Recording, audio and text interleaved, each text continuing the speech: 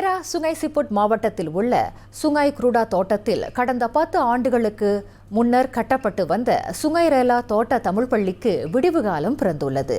கட்டுமான வேலை தொடங்கப்பட்டதிலிருந்து அப்பள்ளிக்கான அனுமதி கேள்விக்குறியாக இருந்த நிலையில் தற்போது முற்றுப்புள்ளி வைக்கும் வகையில் நேற்று அப்பள்ளிக்கு கல்வி அமைச்சு கட்டிட பணி நிறைவு சான்றிதழை வழங்கியது.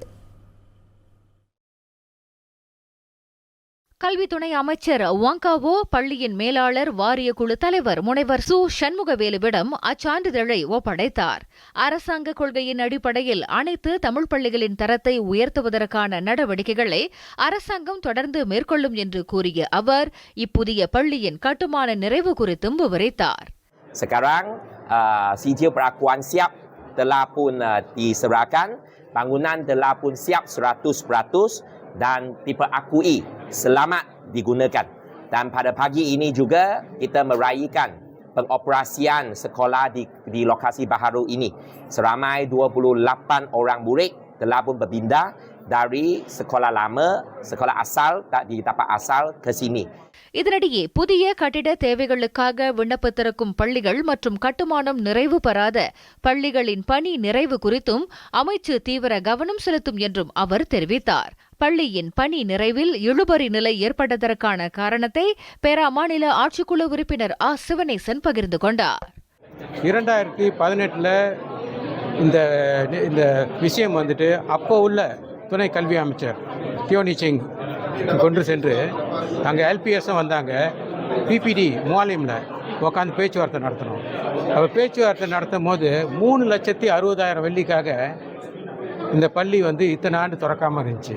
ஏன்னா மெயின் கான்ட்ராக்டருக்கும் கல்வி அமைச்சுக்கும் சில பிரச்சனை. பிறகு அங்கே பேசி அந்த பிரச்சனையை தீர்த்து ஒரு சட்ட ரீதியான ஒரு டாக்குமெண்ட்டை நான் தயார் பண்ணேன்.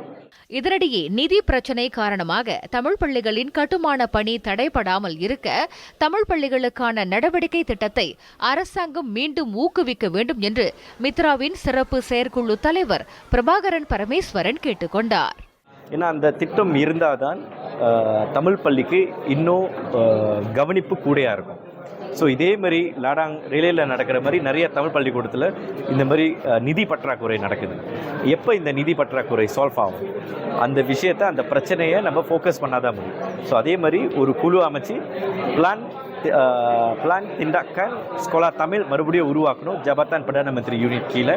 அப்போ தான் இந்த விஷயத்தை இன்னும் உன்னிப்பாக கவனிக்க முடியும்.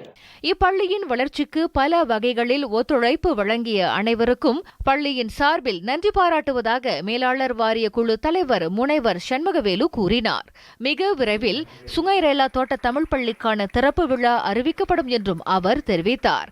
சுமார் 63 லட்சம் ரிங்கிட் செலவில் கட்டப்பட்ட அப்பள்ளியின் நிலத்தை தேசிய நிலநிதி கூட்டுறவு சங்கம் வழங்கியுள்ளது.